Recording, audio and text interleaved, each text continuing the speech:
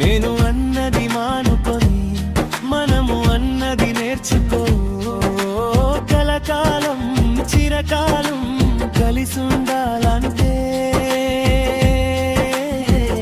నేనింతే అంటా వెందుకు.